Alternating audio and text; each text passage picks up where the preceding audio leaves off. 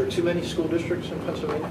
I think that is a problem that is coming. I believe the days of an individual family having 5 or 6 children are gone.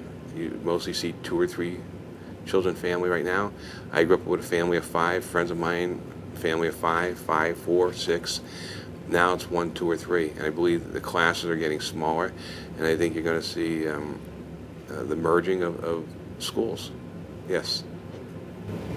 What about the size of the legislature? Is our Something it's something you're going to have to look at. I mean, we just went through here in the city of Wilkes-Barre where we cut down 2 council people from 7 to 5. I mean, it happened right here under my watch.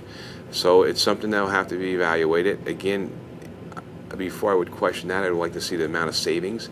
And on the flip side of that, you also don't want to leave areas without representation. If you're going to make the areas too large, you want to make sure that people have adequate representation from their legislative in Harrisburg. The legislature wasn't always full-time. Would you consider a part-time legislator? To be honest with you, as an elected official, it's never part-time. You're on the job 24/7, whether you're shopping in the grocery store or going to church or going out for dinner. You don't. I'm talking about the pay part. Well, again, it's a matter of getting the job done, and what would the part-time salary be, and how many hours are going to be required to work. And it's the same old thing as we went through this with City Council. If you're expected to attend the meeting on Saturday afternoon for 2 hours, does that count as 2 hours or 4 hours based on overtime? It's a tough decision to make, but I think you need to look and see what the salary is going to be, and are they going to have other jobs, and are they expected to be on the clock or available 24/7? And what would the hours be? You need to establish the work hours. Are they going to be in Harrisburg Monday, Wednesday, Friday, or Monday, Tuesday, Wednesday? They got to be in Harrisburg. And I'm looking forward to spending time in Harrisburg and getting back to the district and working with the people. As a legislator, as a state representative, you got to. What happens when they're in Harrisburg and they come back? I mean, what would part-time hours? How many hours a week would be part-time? I mean, that's what has to be determined. So you looking at part-time hours, or just cutting the size of the group and giving them more responsibilities? I think that would be the way to go in the part-time, because I think the problem with local governments right now is that you need to attract good quality people to run the government. Otherwise, the government's going to fail. Would you support term limits? I think term limits are every 4 years. Every 4 years means you have to get reelected. Now, people ask me, is there term limits in the city of Wilkes-Barre? There aren't. And if I wasn't running for state senator, I would most likely, I would have to make a decision if I'd run for a 3rd term, but I am, and it goes back to the question you have, why would I leave after my 2nd term with all the foundation that's been laid? If there were term limits, I'd be forced out. I feel that if an individual is doing a good job at his position, it's the people's right to vote them out of office or keep them in office. What about, do you have some ideas for increasing accountability, accessibility, transparency in Harrisburg? It's just like we run the city. We're very transparent. I hold my department heads accountable. They report to their respective senior staff member in my administration, and then they report to me. Accountability starts at the top, and I hold my senior staff accountable, and I make sure they hold their department heads accountable.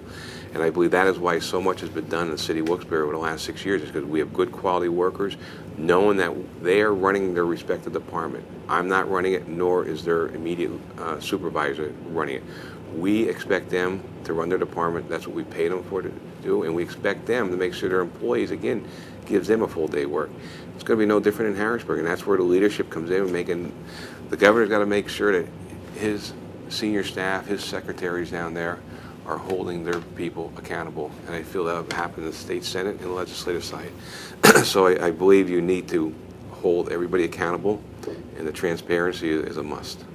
Are there areas in the city where you would have liked to make things more transparent but haven't been able to get to that for one reason or another? No, I mean, we really become transparent. We've come a long way in the city of Wilkes-Barre. I mean, we're criticized for not keeping things out, and 6 years ago, in 2004, there was no internet in Wilkes-Barre, no computers, no emails, nothing. We now are fully tech in City Hall. We have technology now. We have a website now. We have all our stuff that needs to be done or put on our website. We put as much there as possible, but unfortunately, sometimes it's never enough. But you know, we're transparent. We're very open to the press. We're open to the requests of the public, and that's the way it should be. Critics would say, in regard to transparency, they're going to bring up the sale of the former Old River Road bakery. Are there any lessons that you took away from that? Anything that you would have done differently? Quite honestly, no. I mean, he was the third buyer. That individual was the third buyer, and I'll be honest, the first two buyers getting it for $1. That was a dilapidated building. That was an eyesore in that neighborhood. The neighbors that live in that neighborhood praised me, with the exception of one. And I can't really discuss much more because we're in litigation, but that went from $1 to $39,000. The first two are going to have job creation. That's where we're willing to give it to $1. I mean, that was a dilapidated building with a roof caving in. It would just overgrown. It was an eyesore. We could not keep up with the maintenance on that building. We wanted to get it off our books, and when I told him to make me an offer, he offered me $39,000. I felt I did a great job bringing in $39,000 to the taxpayers. The critics are going to say, though, that the city doesn't have a method of letting people know what properties are available. Well, the problem is all the properties are available that we own. That property had been out there for years. It was on the market with a local realtor. It was out there, and all the neighbors knew we were trying to convey that property. We couldn't get a buyer, and the first two buyers couldn't get the funding because of the economy. I mean, I just don't know how I'd be criticized if I sold it for $1. It just so happened we sold it for $39,000, and I get criticized for. I mean, again, 99% of the people down there are happy with that transaction. A couple of the other priorities you mentioned, if elected, one would be better schools. Can you give me more specifics by what you mean by better schools, and how do we get there? By making sure that they're adequately prepared with the proper tools that are needed to make sure the technology is there, make sure the funding is available.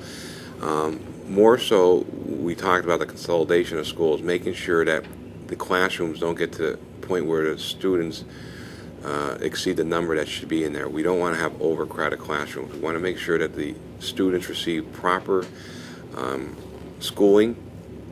So if that does happen, it appears it may be happening in some areas of the state, we have to make sure that it's being done adequately, and we would have to rely on the proper or the respective school districts to make sure that if they're going to make this decision, they have to know that they got to make sure that the students are not affected.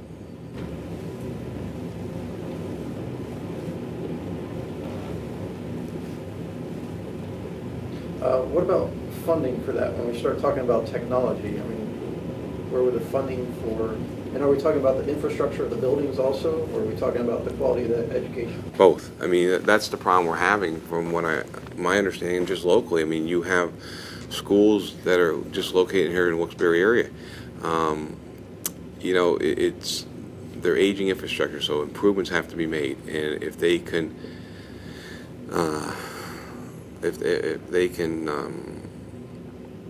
convince the state government that we still need 3 high schools, and the numbers show that we still need to operate 3 high school buildings, and the numbers are there, then I would support that. If the numbers aren't there, then we need to look to see what we need to do to either close these schools and build a brand new one, or keep them open and make sure that they're in good condition.